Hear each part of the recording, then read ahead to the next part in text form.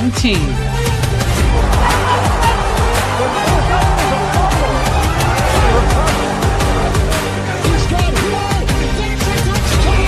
One dream. One family. 30, 20, 10, touchdown Miami! One, two, three, All right. Fish Tank Live, Wednesday, April the 15th. I am not Seth Levitt. I am Michael Leva, driving the ship tonight because Seth can't be here. And I just want to remind Seth, there was once a man named Wally Pipp. He took one day off. He never got his job back. We'll see how this goes after tonight. Juice, we'll see how it goes after tonight. He might get Wally pipped. I don't know. But Chad Van Horn is also with Seth as well, so he will be unable to join us. But we got a star-studded crew, OJ McDuffie, Chris Perkins, the legendary Sevach, talking to you about all the happenings in the world of the Dolphins as we inch closer to this NFL draft. OJ, how you doing? I'm good, Mike, man. Appreciate you coming in, man. You know, you hang in the background a lot of times, too, for the show, man. But it's good to have you in the forefront, bro. And I know Seth and Chad are doing some big things tonight. They're doing the LTAB South Florida on behalf of the Jason Taylor Foundation, judging some young poets. And Perk had an opportunity to judge these poets. He talked about them last week. And tonight is the singles final. So, Perk, we had a tough deal when it came to judging LTAB. But Chad's got all the finalists that are going to be. There's 11 finalists that are obviously outstanding poets. So, man, oh, man, he's got a lot tougher job than we did because, you know, all these kids are great, but some of them, you know, are a little different than the others, just like in the NFL. You know, a lot of guys can play, but some guys are like up here when it comes to their level of being able to play the game, man. So, yeah, I don't, you know, Seth's got the easier job tonight than what Chad has, because not only does he have to judge it, they're going to introduce him, and you know, so his name will be broadcast for all these people. So if he messes it up, they'll know who the hell he is too, man. So yeah, good stuff. Look, hey, and Juice, you know, I know there's some transcendent poets there tonight. I'm telling y'all, I was moved last week. Yeah. There were a couple of times some tears came to my eyes. My eyes welled up. These kids are thoughtful. They're expressive. They're good. They can rhyme. I mean, it's a great event, so I know Chad and Seth are living it up tonight. Yeah, Chad was nervous today, by the way, y'all. He's like, OJ, give me some advice. You know, what should I do? I said, man, just listen to the poem. Just listen to the poem. You know what I mean? That's it. Just listen to the poem. I said, you know, use the sacrificial poet, the one they bring out first. Right. Use them as a barometer. Go from there. But all of them are going to be so good, man. All of them be so good. So, yeah, so that was our little plug, man, you know, on behalf of Blue Apple Poetry, you know, Amari Hardwick and Seth Levin and Jason Taylor Foundation, man, doing what they do in the community all the time, man. Big time stuff. Yeah, absolutely. Great stuff there. And that's why he's not with us here tonight. So we will try to hold the fort down, all joking aside. Let's start with this. John Eric Sullivan spoke with the media today, his pre-draft press conference. You know, I'll set it up this way, Perk, and then you were there, and I think you might have got in the first question, if I remember. Look, we got. Don't gloss over that, today. Mike. How about that, Mike? Don't gloss over that, Mike, because you know, big deal. I mean, last week Perk, where you know half had to, you know, was out of order, and y'all was like, yo, Barry gets the first. How'd you get the freaking first question, Perk? Let's do that first. Hey, you just jump in, baby. You just jump in. We have a limited time with the coach and with the GM. I'm about being polite, but bump all the dumb stuff. Y'all are gonna. I'm good. Let's get going. Say it. We're being your ass. Go ahead. That's it. Yeah, yeah. Bump all the dumb shit. Let's. Yeah, we ask questions. Yeah. Jeff Hafley saw a hat of the Montreal Expos. He's like, "Hey, you're an Expos guy." But no, it was to Barry first. Everyone got all out of shape. It was crazy. But he spoke to the press again today. John Eric Sullivan pre-draft.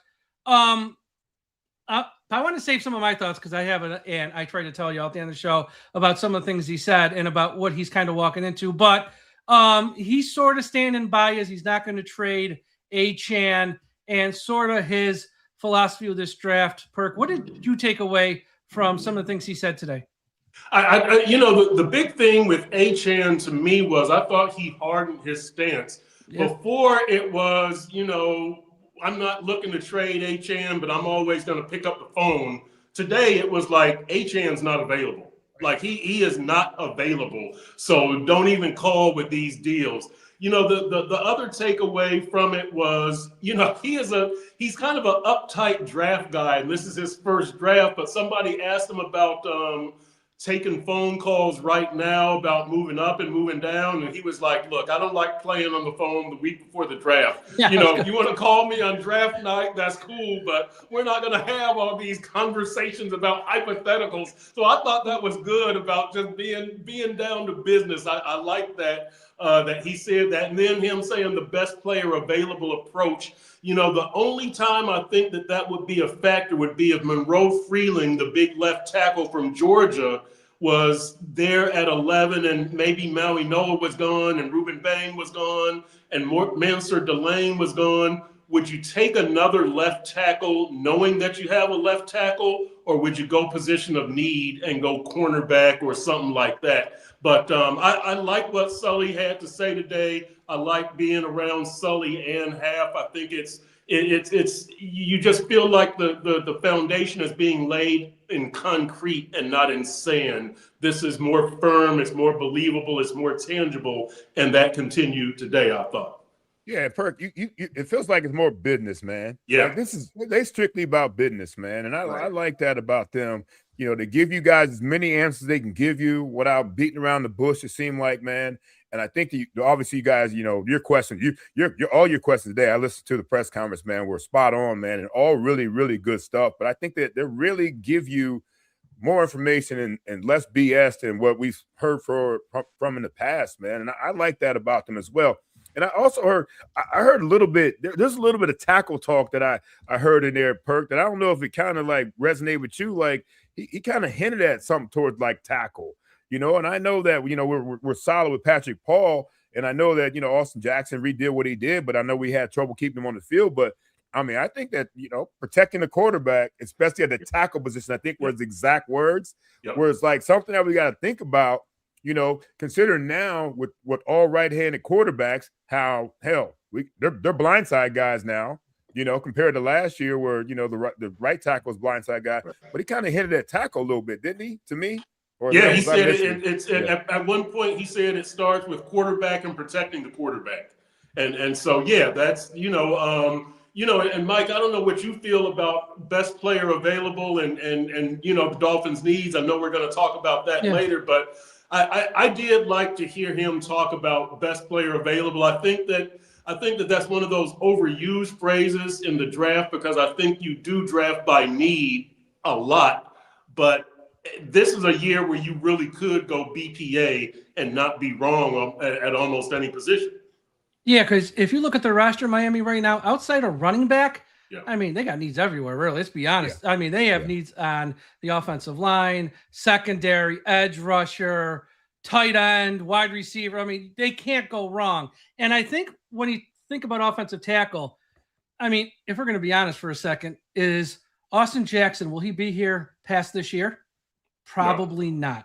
So if you can get someone for 1 year can play right guard, and then, next year he's your right tackle, kind of what they did with Laramie Tunsil. The year they took him, played him 1 year at left guard. Then when they moved on from Brandon Albert, he's your left tackle. This year, if you can get a Spencer Fano, who I think that might be a guy they fall in love with. He's a type of guy, like a Packers guy, I think they might actually like. Someone like him who can play right guard or right tackle. You play him at right guard. And then after this year, the long-term plan is move him out to right tackle. I could see them doing that. I think that's why they're talking offensive linemen so much, because they need someone now this year, obviously. But long-term, right tackle is probably going to be something they need to address, because Patrick Paul ain't going nowhere. Right. Now, Monroe Freeling's the interesting one. I think, and I can't call it up because it looks like PFF is down. I don't know if he played any right tackle there. I don't think he did. I think he was left tackle. So I don't know if he fits. But if you're going to do that BPA, you got to stick true to it, though. So I don't know what they do with him. If they might, at a certain level, you might just say not really a fit, or he's so good we will coach him up to play right tackle because he's our long-term answer there. I don't know, but yeah, I think they can't go wrong at pick 11. They can't afford it, Mike. They can't afford it, Mike. You're going to get a really good player fall in your lap, and it'd be I don't want to say impossible to screw up, because we've seen people screw it up. It'd be kind of tough this year to screw it up, because we have needs literally everywhere.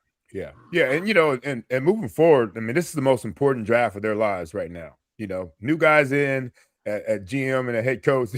And then maybe next year it becomes the most important draft of their lives again. You just never know. But this one right here with all these picks and all these options to make moves, it's really, really important, man. And we all know this. We're not one player away from being a really good team right now. So, yeah, and they've harped on being a team that builds through the drafts and develops. That's their motto, and I like that a lot.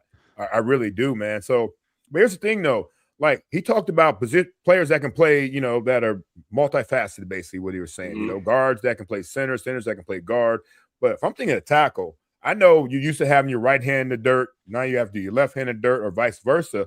I'm looking at tackles like you should be able to play both, if in my opinion. And I know it's not that easy, but if you have enough time and enough knowledge and enough coaching, I think if you can play tackle, which is a hard position because a lot of times out there you're one-on-one, I think you get a left guy and make him a right guy and figure it out. And then if you have to, move him in, so do it, whatever you have to do. If you have to move him inside, do whatever you have to do. But if you got a badass tackle out there, it's hard to find two badass tackles. And we've seen that in a lot of teams that we play against where we think, all right, we've got our guys going against this tackle who's their third string or second string or not a very good tackle. You got two great tackles that can handle one-on-ones, and you can go 3-on-2 on the inside with guard and guards and center. That's a great situation out there for an offensive line. So if you can find yourself a badass tackle, I don't care if you play left, right, if you played in the backfield as a tackle, whatever it was, man, put that mug in the lineup and let's go for it, man.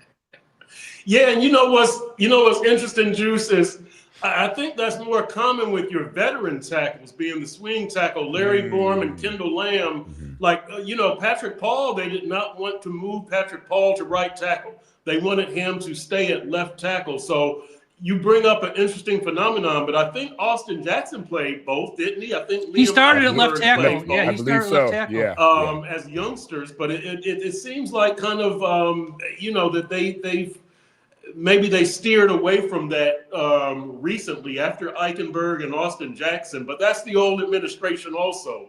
But I just brought up Monroe Freeling because you're right, Mike. To my knowledge, he never played guard. He never played right tackle. He's a left tackle. Yeah. If he is the next available player on your chart, the BPA, I wouldn't take him. I would take a corner, Avion Terrell from Clemson or whoever, Jamon McCoy.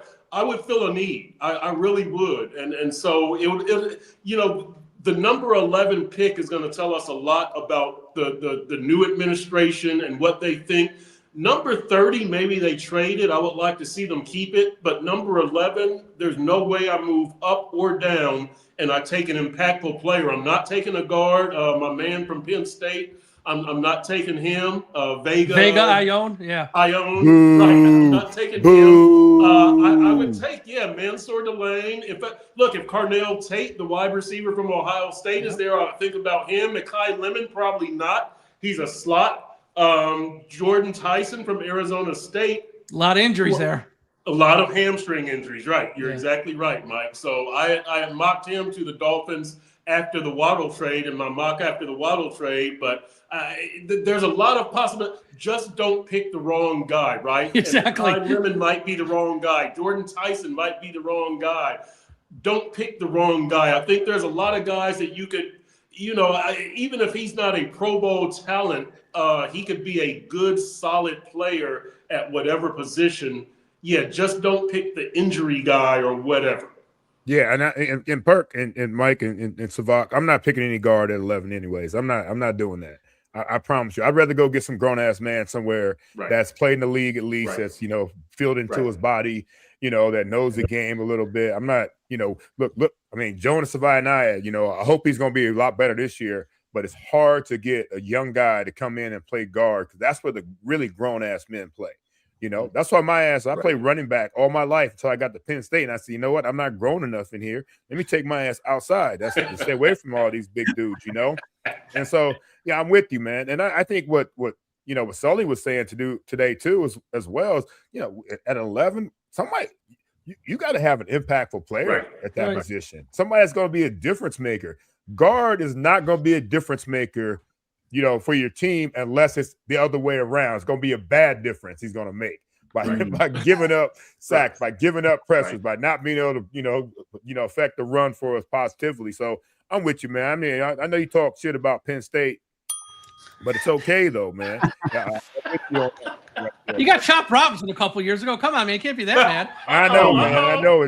I need Chop to come through for me, man. It's been tough for my Penn State boy here. I need Chop to come through for me to save face for that, that blue and white. You know what I mean? But that's a whole different story, man. I don't know why you brought that up today, man.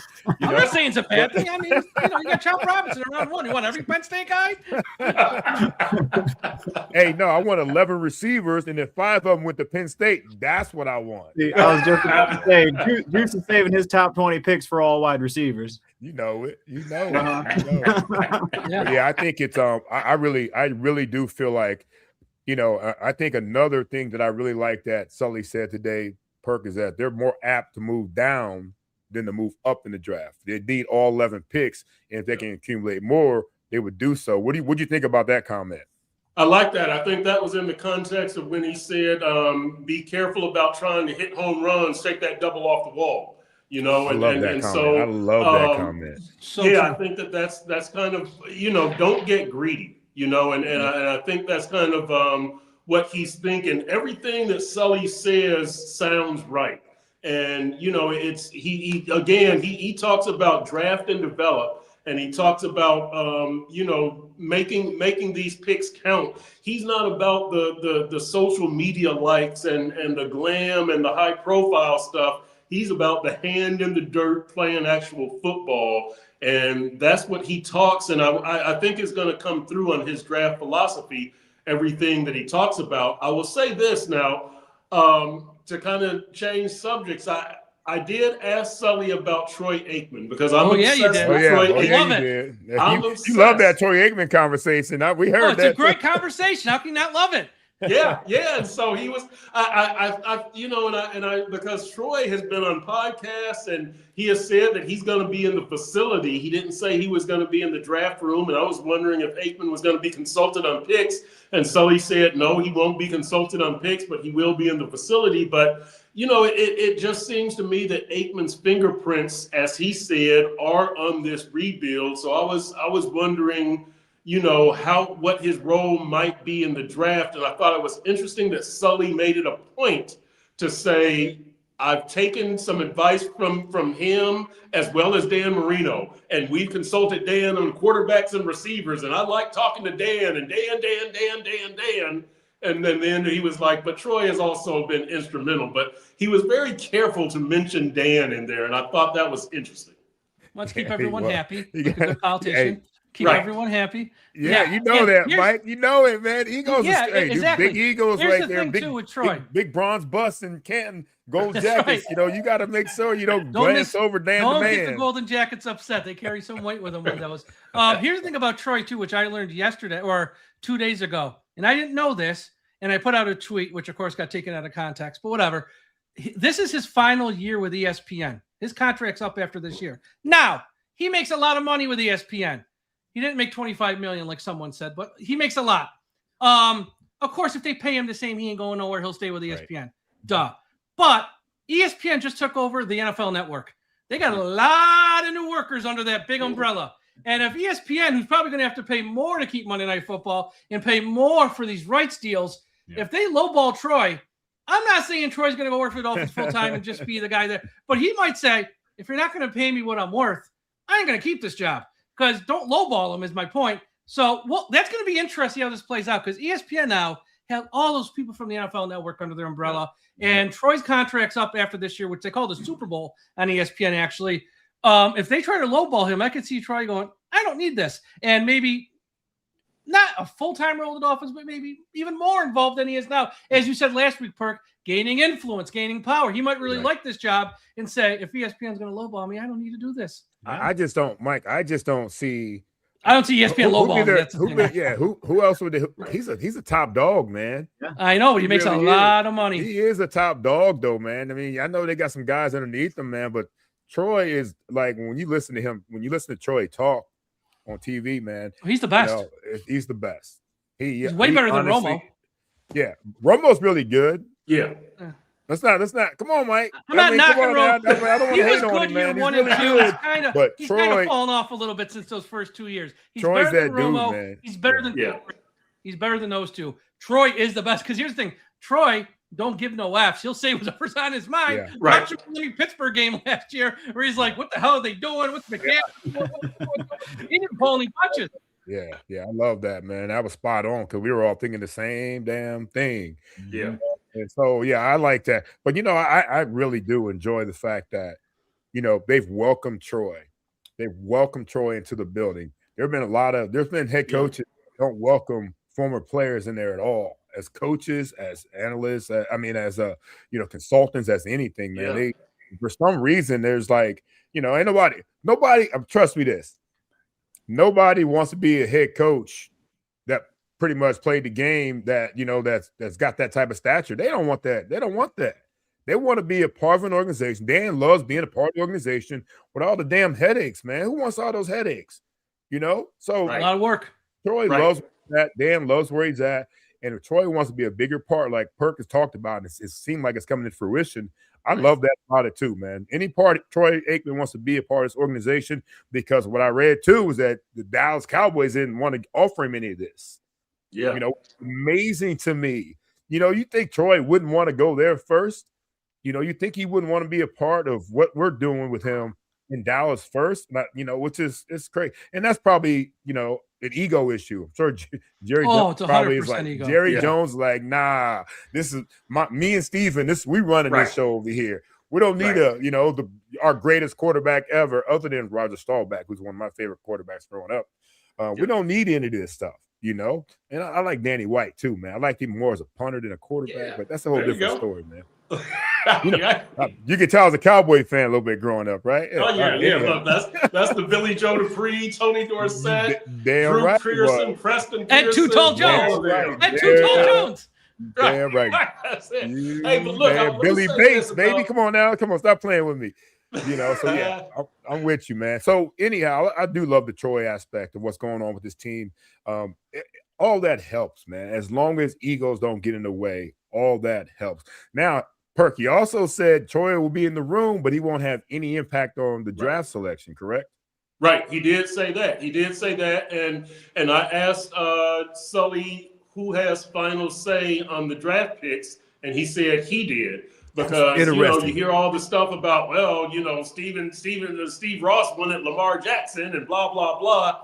Who has final say on the draft pick? Let's get this up front before the draft starts, because there could be situations. And look, Steve Ross is the owner, and so if he wants final say, he gets final say, right? He writes the checks.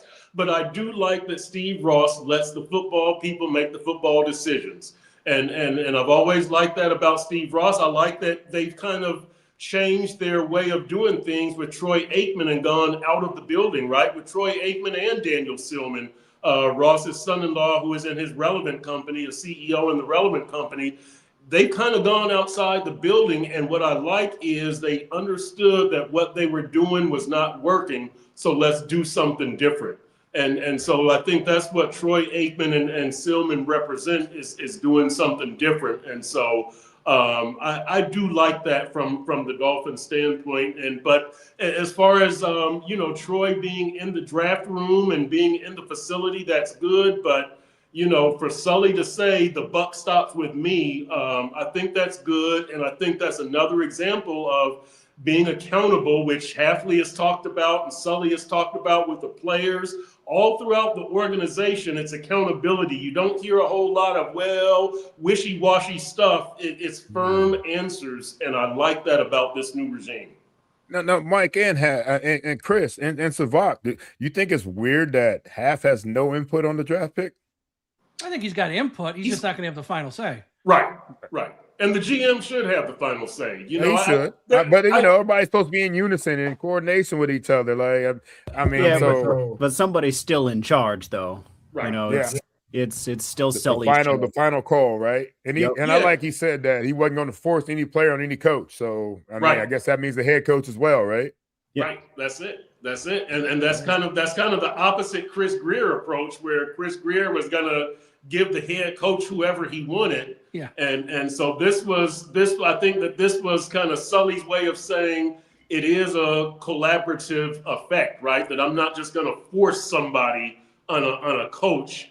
And I think he said there are times where, you know, he might insist, he might say that, you know, this is the guy, but I thought that kind of hinted at collaboration there. Yeah. Another thing that I thought was important was when they were talking about character, and Sully was saying that, you know, I want to talk to 4 or 5 different guys at the same school, you know, the cafeteria worker, the medical people, the assistant coach, because look, we know about Jonathan Martin and we know about Deion Jordan.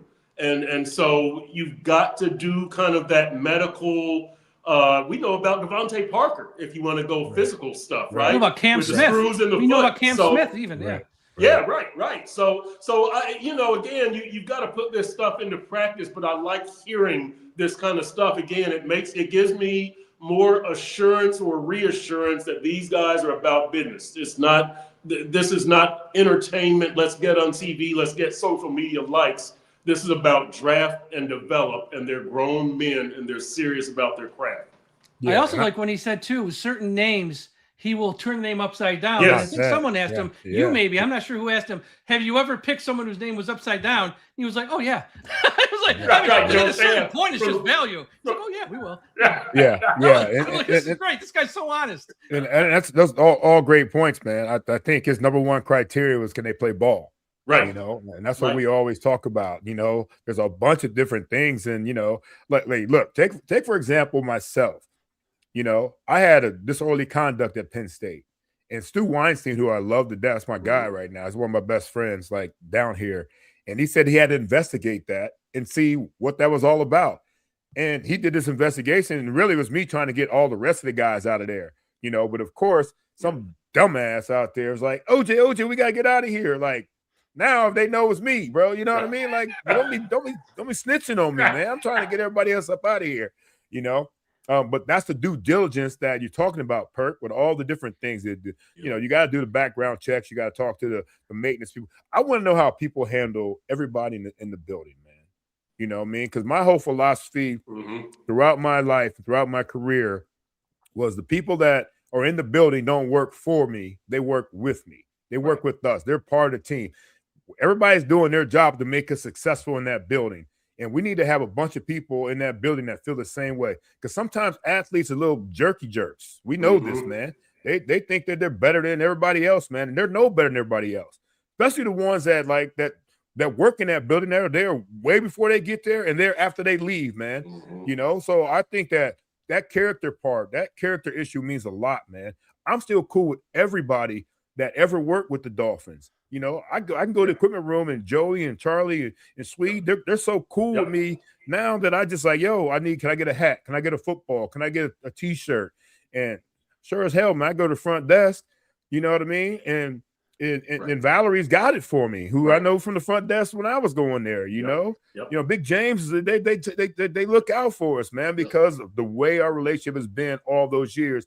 I like guys like that come in there and they treat everybody as equals, and they can go out there and play ball, man. So character, when that matches your ability to play football, those are the kind of guys you want in your building, man. And I also like this. One of my other criteria, Perk and Mike and Sevach, is captains. Were you a captain on your football team?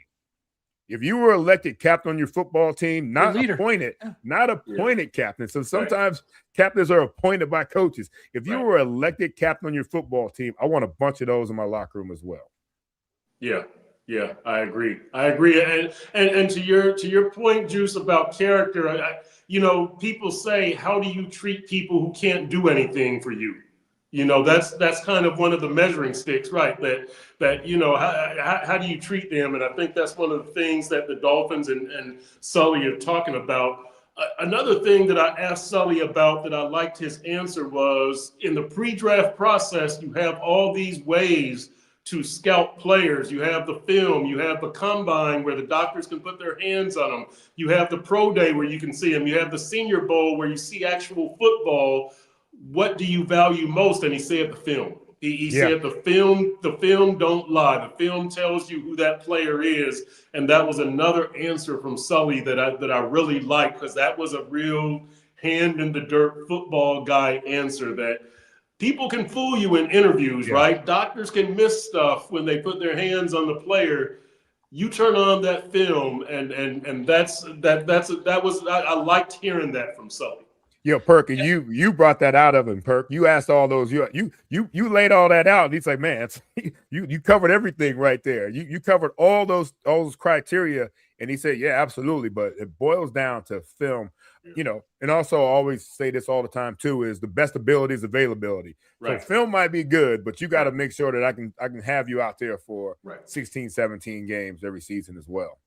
And this time of year, we hear a lot of this too, where someone like right after the season, he's like a third-round prospect, but he was great at the Senior Bowl week. Yes. So now he's up to round one. He had a good week at practice in the Senior Bowl. How about what did he do from August to January when he actually played games? Like, I don't care what he did at the Senior Bowl or the Shrine Bowl or a pro day or at the Combine. Like, that's okay. That stuff matters to a certain extent, but what did he do over the course of a season, lining up when the games were real? And sometimes when I just roll my eyes when I hear it was great, the Senior Bowl. It's like, okay, it's important, but is it? I mean, that shouldn't outweigh kind of what he said and what you're saying. What do you do over the course of a season? What do you do over the course of multiple years at Arizona State, Arizona, whatever? Well, what did he do? But though, Mike, where I differ there in your opinion on some of that is that, I get, a lot of times you're playing in some place where you don't have the greatest competition. Everybody knows the Big Ten is the best football conference in football. We get all that. The last 3 national championships, that speaks for itself. Tough to argue, But when you go to Senior Bowl, that's different than anything else, I think. Senior Bowl, you're going against a lot of the best, all week long. And I think practice is way more important than that game is for a lot of these evaluators and how you go out there and compete. Are you a leader out there? Are you as tough as we thought you were or not? And then you got some guys that are from like Arizona State that didn't get much recognition that are in the Senior Bowl that are out there trying to knock your head off because you went to Miami, you went to Indiana, you went to Michigan, Ohio State. So, I mean, I think the Senior Bowl is one of those ones where, that's where you get some real good evaluation against some of the best versus the best. Obviously, they're all seniors, but at the same time, though, you get a chance to see these guys go out there and compete against some really, really good talent. Whereas I went to Japan Bowl. Really? Look at you. We practiced 30 minutes a day. You know what I mean? It was, Steve Spurrier was our coach. Damn. He went sightseeing, right? We went sightseeing. We got massages. We threw all this sushi out in front of us. You know what I mean? No cell phones back then. You were good. It was super simple. We had like a 15-page handwritten playbook. It was super simple, So, I mean, there was no evaluating talent in Japan compared to what it was like in Mobile. You know what I mean? So. Yeah, I'm sure. So that's a whole different time, a whole different era, which we're going to talk about here shortly. One thing, when we were talking about the character stuff, it's kind of what happened over the weekend, I think, with Ruben Bain. What came out about him, it seemed like all the teams knew about it. It was kind of in the past. Everyone knew what they knew. But to people like us who maybe weren't in the know on that, it's like, oh, look what happened, blah, blah, blah. He's probably the one person in this draft who probably can't wait till it's over with that story and everyone talking about his arm length, short arm, this, that. He probably can't wait for this draft to be over. Just like stop talking about every little thing of my life. What are your thoughts on him? And just sort of like the short arm thing. Let's just talk about that. Look, I'm not an expert. I don't know. I think some of that stuff's kind of overblown, but in some ways it's also kind of not, because it's like you look for traits. And I think what'll be interesting is John Eric Sullivan from the Packers, they have this process. They look for certain types of thing. Mm-hmm. If Ruben Bain's there, pick 11, he's like, we don't take guys with that type of arm length and passes on them. I think Dolphins fans in South Florida will be like, you're passing on Ruben Bain. It'll be kind of interesting to see how that plays out if he's actually there at pick 11. What are your thoughts, Perk? It's very interesting because Sully today, he did talk about there's certain traits that that it's a game that's played by big men, that's played by fast men, and you have to have some of those traits. I love Ruben Bain. He's a high motor guy. He's a skilled pass rusher. He's got a great bull rush. He's decent against the run from what I've seen. I think that he's a definite top 15 pick. If he's there for the Dolphins versus, say, Maui Noah, I guess I'd take Maui Noah for versatility because he can start off at guard and then kick out to tackle, like you were saying the Dolphins did with Tunsil, which is probably the plan for a lot of teams with Maui Noah. But I like Bain, and I think that he's an impactful player. I did my draft preview. Cassius Howell, the edge rusher from Texas A&M, actually has shorter arms. He's got shorter arms. Ruben Bain is 30 7/8 inches, and Cassius Howell was 30 1/4 inches. But I just didn't hear that with Cassius Howell. I didn't hear that his arms are short. Right. At a certain point, you're so high up that people just want to knock you down. Yeah. And so I think that's the interesting thing about Ruben Bain. But boy, if Bain is there, he'd be hard for me to pass up. I think he's going to be a solid pro. I can't say he's going to be a 4-time Pro Bowler, but I think he's going to be a year one starter and a solid pro. Yeah, I mean, if you get to year one starter, you got a chance. I mean, Yep. you got a chance because that honestly extends your career. And I think that Ruben Bain was, I mean, those two on the defensive line, they were the heartbeat of that UM team. They're the reason that team got so. Them and Malachi, who has 2 more years. Imagine that, Perk. Imagine you ball out your freshman year in college, you still got to stay in college for 2 more years in order to get an opportunity. It's ridiculous, but that's another story. But but nowadays you make millions, Juice, so it's not that bad. It's a different story. You're right. You're not locked up like you used to be, right? Back in the day. That's a great point, man. And sometimes we got dudes fighting to stay in college nowadays. Right. They don't want to take a pay cut. Yeah. Right. Well, there were a lot of guys in the SEC that were already taking pay cuts when they came to the league. Now it's just reversed now. Now it's just legal. I told Richard Webb that. I said, Richard Webb, you took a big pay cut when you came. And Richard Webb's a top 10 pick. And he said, nah. He tried to deny. I said, man, don't give me that. Don't give me that, Webby. I know y'all, man. I know y'all. And then, of course, I mean, Trent Richardson comes out about Nick Saban at Alabama, when Nick's all worried about the NIL, and then he said, "What?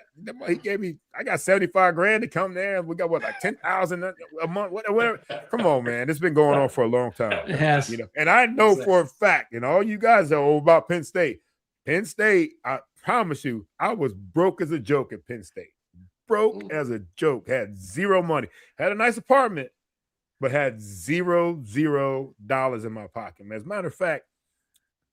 Nah, I ain't gonna tell you all my business. Well, hold on. You told a story on my podcast a few years ago. When you first got to Penn State, you were so homesick that your family sent you a TV VCR combo so you could record. And folks, I am not lying. His favorite soap operas, so he could watch them every day and feel more like home. Otherwise, he was getting ready to leave Penn State his freshman year. Am I right or wrong? You couldn't let him go research that, Mike. You had to bring up old stuff, man. Hey, I told you I was with you. I had to record my mom's soap operas when I got home from work every day. And after doing that for like a few months, I started watching them myself. I'm like, man, these ain't too bad. I'm not gonna lie. Yeah, you know Juice. Were you watching Luke and Laura? No, he was a CBS guy. CBS guy. I'm a CBS guy. Okay. You know what I mean? Bold and beautiful, young and the restless. As the world turns, Perk. Don't get on. Don't play with me, man. I just schedule my classes around young and the restless. Don't play with me, Perk. I ain't playing. I had to watch your stories. Damn right I did. Damn right. I was addicted, man. I was addicted. It's like my mom. See now, Mike. You want to tell the story? Let's tell the whole story, Mike. Okay, tell the story. Living in a 1 TV home in a 1 TV household, right? Yes. Where we had one VCR. Yep. And it was the second VCR we had. The first VCR we bought was a box of bricks on the street. We got. That's a whole different story too. And I can't believe they got my mom like that. My mom did her best to get me a VCR, but we had one VCR. And back then you had to have the TV on the channel to record it. You can't just do DVR like all this other crazy stuff you can do now. So if I wanted to watch TV on our 1 TV and I had to record my mom's soaps or get my ass whooped, that's what I had to watch, man. So Captain Chancellor and what I mean, all them they were big time for me. We had the same childhood. The summer. Yeah. That's right. until I got a summer job, and that helped out a little bit. But anyhow, man, Mike, thanks, Mike. Appreciate that, bro. No problem. It's a great story. Juice, you told me the first time.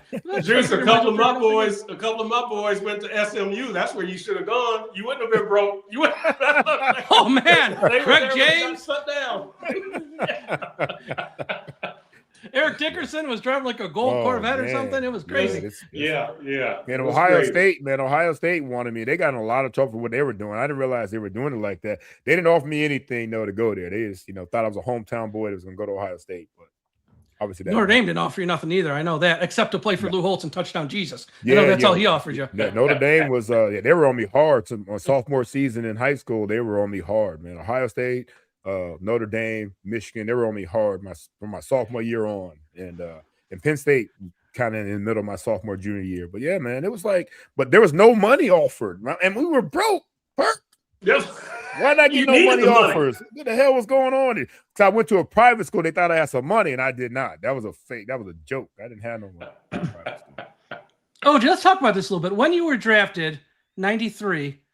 The night of the it's night and day now. Those years, like with the draft, it was like all in like 1 or 2 days. They would spend, each pick was like 15 minutes. It went forever. You go in round 1. Where were you? Were you surprised it was Miami? What was the next step after you get the call? Were you, heading down there the next day? Was it the next week? What was your whole experience like?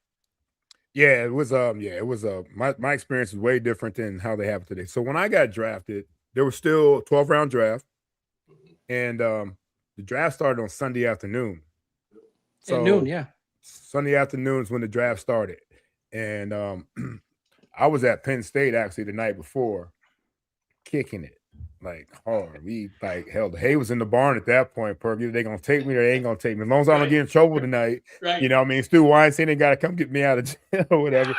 I'm gonna be in trouble. I'm gonna be all right, man. So the hay was already in the barn at that point, man. Yep. So I was at Penn State for Blue White Weekend that weekend. I got up Sunday morning and I drove back to Cleveland, Ohio, where I actually I kicked it so hard, man, that I was tired as hell. So I took a nap on the couch, man. I laid down on the couch.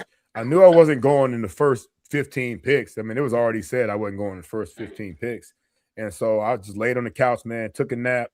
And then I thought I was going around 20, 21. I was rumored to go 22 to San Diego, So I woke up. My mom woke me up. My mom was worried I was going to sleep through the draft. I was like, Mom, I'm good, man. But I woke up around pick 20.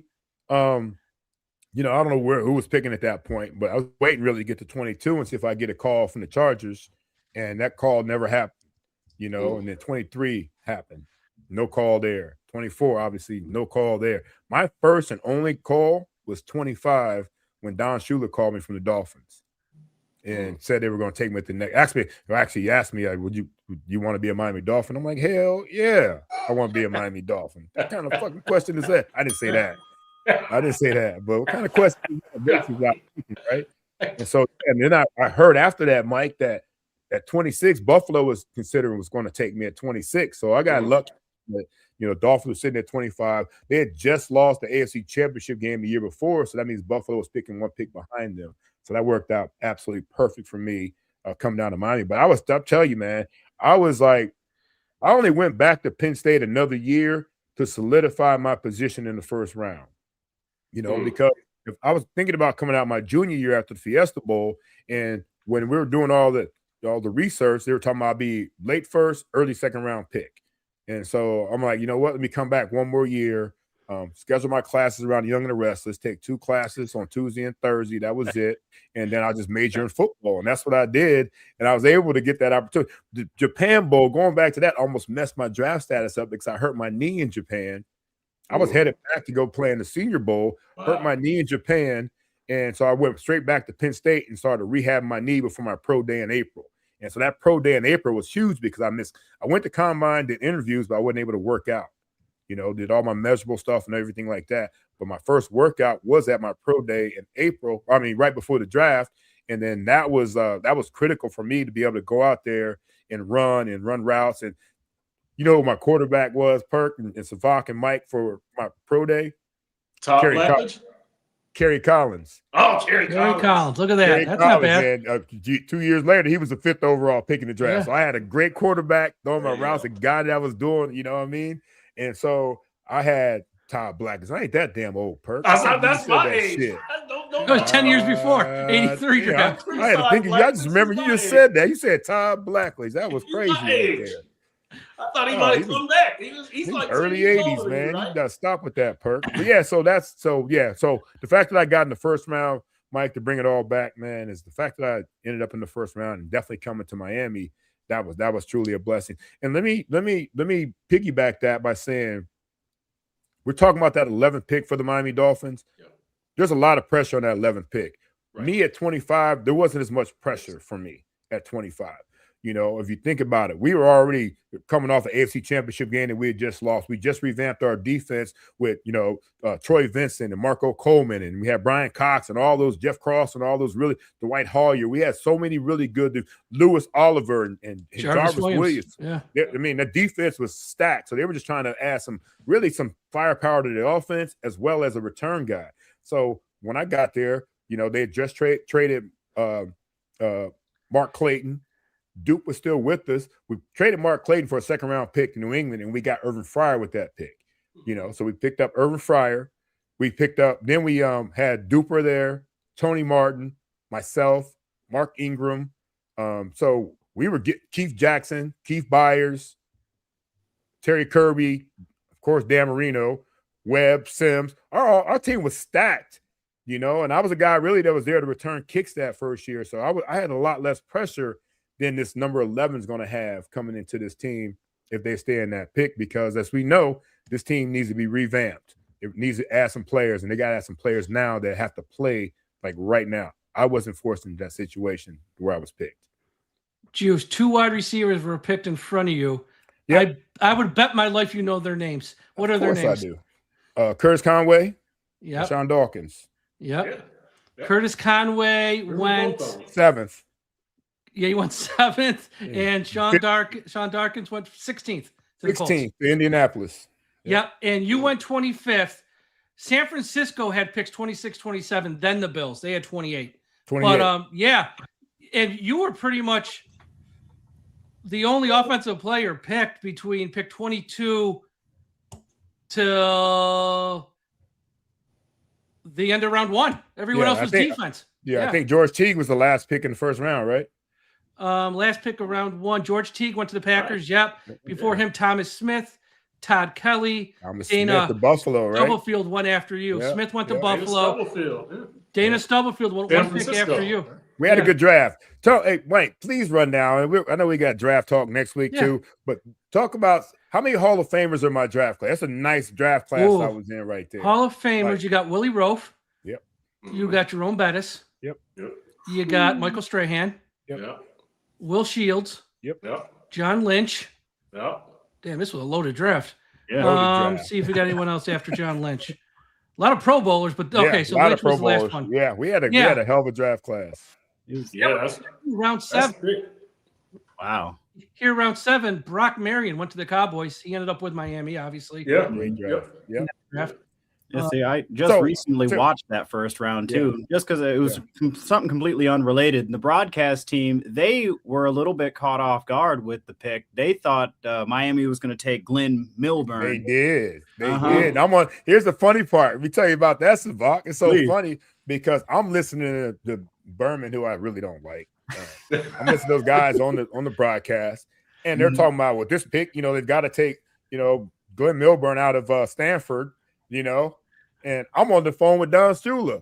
I'm like, man, please, bro. Go ahead. Keep talking that dumb stuff, man. I'm on the phone with Shula right now. You can say what you want on TV, but I'm on the phone with Shula right now. That's the funniest part. They had him up, too. While they were announcing the pick, they had Glenn Milburn up in the little square. And then they announced the pick, and it's like, you could see that in the production room they had realized. Oh wait, I read the commissioner's lips too when he was like reading it, like, oh yeah, it's official. It's official. Glenn Milburn went pick 43. You went 20 picks after you. Wow. But you talk about that defensive run that a lot of teams might have had, and he was a running back / kind of return guy. My thing was returning kicks and punts and playing wide receiver. So all those things worked out in my favor, where he was a running back that pretty much just returned kicks. So it worked, what they were thinking was asinine, in my opinion. And it definitely was asinine. Juice with an SAT word. Big word like mayonnaise. There you go. All right, we're at the 50-minute mark. I think we should probably, as Seth would do, start winding it up with I tried to tell y'all. OJ, you always go first, so I will give you the honors and I tried to tell y'all. All right, you got it, guys. I tried to tell y'all that I believe in this new regime. I am all in on Coach Hafley, and I love what Sully has been saying. I believe them and what they have been saying so far. So really, you're looking at good stuff like toughness in the trenches, smart guys, physical guys, the film we talked about a little bit. It kind of sounds like the NFC North to me a little bit. And I like that about what this team needs to be, because we got to get tougher. I also believe them when they're talking about taking a quarterback every year or two. So there will be, some solid quarterbacks coming out, next year or from now on or whatever. And who knows when it's going to be a good hit on a guy like a Brock Purdy or, God willing, Tom Brady. So I'm putting my hat in the ring for one Drew Aller. There we go. You guessed it. He's from Penn State. Drew came to Penn State as the top quarterback in the country. He might have been one of the top players in the country. And since he's a fellow Ohioan as well, I have to go all in on him. Drew had some phenomenal years at the beginning of his time at Penn State. It was really, really good. But shame on us. Shame on Penn State. Super shame on us for not developing him the way, he deserved. Drew is all of 6'5", 230 pounds. His arm talent is ridiculous. He's smart as hell. And he even, showed me more athletic ability than I thought he had last year. But his footwork was a mess. They had his mind conditioned completely wrong. And both of those things are not a fault of his own, but a fault of Penn State football program to correct it. And if it can be corrected at this level, because he's a hard worker and, he'll get it right. That's what I love about what Drew can do for us right now. Now, I know we have Malik Willis, who I know is going to be an outstanding quarterback for us. And I know we drafted Quinn Ewers last year. His last few games showed us a lot about what it can be. A little bit of promise from Quinn, just like Malik's last few games did. But that's why we went and got him. Now I'm going to, Now I'm not saying to draft Drew in the 11th or 30th pick, but I am going to say this. Drafting him with our second-round pick might not be the option either, but we have 4 third-round picks. Now, there might be an option right there to go out there and snatch him if he's available. Now, this Green Bay group has always done an amazing job of stocking quarterbacks up, right? And having one before you need one is always important. Having one before you need one is always important. Favre with Rodgers waiting. Rodgers with Love waiting. Love with Malik waiting. So now we have Malik, and maybe we can have Aller waiting or Quinn. It doesn't matter to me, but both of those guys can battle it out to see who wants to be that guy. But we also have to be very cognizant of keeping one in the pipeline, always having a quarterback in the pipeline just in case, because it is absolutely the most important position, not just in football, but in sports. So bring Drew in, let him battle Quinn for the backup, and let's get this quarterback train rolling, because we are, and I tried to tell y'all. There you go. Juice with a Penn State tie-in. Of course. Of course. Chris Perkins, you're up next. All right. I tried to tell y'all late last season that Devon Achane is essential personnel, and now you're hearing Sully walk the walk on that after he talked the talk. Now, look, here's my big thing with Achane, though. He deserves a contract extension. I think James Cook from Buffalo is a good kind of model. 3 years, $48 million, $30 million guaranteed. But I think the Dolphins need to be smart with Achane. At his root, he's a 191-pound running back. I like what Achane does, but his shelf life is very short in this league if you give him high usage. You've got to reduce his usage. You've got to be smart with Devon Achane. Now, look, I love the running game that the Dolphins had last season. I think it was better than the 2023 running game, and here's why. Most of football is situational, and I thought with the running game of 2025, it was good in 2-minute offense. It was good in 4-minute offense. It was good in red zone. You could give Devon Achane the ball on 1st and 10, and you could have 2nd and 6. You could give him the ball again and have 3rd and 1, and you could give him a ball the 3rd time and you could convert. Now, you don't want to do that, but that's the difference between this run game in 2023 and 2023. I thought you could give the ball on 1st down and you were going to have 2nd and 12, and then maybe you would get a 14-yard gain, but you give them the ball again on 1st down and you were going to have 2nd and 12. You give them the ball in the red zone, they weren't going to do it. Achane is a very valuable running back, whether you're running outside zone or between the tackles, whether you want to throw it to him.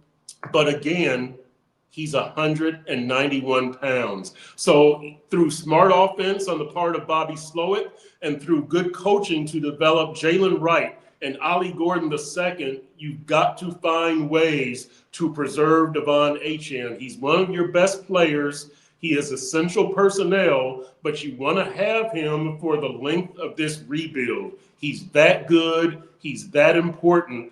The Dolphins value him, but they've got to do things to preserve him. I'm trying to tell y'all. Yeah, absolutely. Nice. Sevach, you got something? I do, as a matter of fact. So I tried to tell y'all that the Dolphins' current leadership is, in fact, looking to go that classic, by-the-book, best player available in the draft. Now, one of the perks of cleaning house the way that they did is that now when it comes to selecting or what positions they're going to draft, there's almost no wrong answer. Now, speaking of perks, our very own here published an article today on this particular topic. In it, he compares Miami's 1st through 3rd round selections from 2019 to 2023 to the same range as picked by the Detroit Lions. And man, that math did not math in our favor. Now, I'll spare you all the dirty details because Perk took the time to write that up, so you can go over there and read that on the Sun Sentinel. But the skinny is, Miami did not do particularly well drafting during that stretch. Now, out of 16 Dolphin picks, there were no superstar selections, 4 successful picks, 5 solid selections, and 7 disappointing picks. Now, you contrast that to the Lions, who had 18 selections during that same stretch, turned 1 into a superstar, 9 other successful selections, 2 solid picks, and 6 disappointments. And the Lions made 1 playoff appearance between 19 and 23, which resulted in an NFC Championship berth. They have 7 All-Pro selections among 5 players, 15 Pro Bowl selections among 8 of them out of those draftees. Now, we have to keep in mind, of course, who it was that was making those decisions. And as we all know, the folks that were in Miami are no longer in the building, while Detroit keeps on trucking.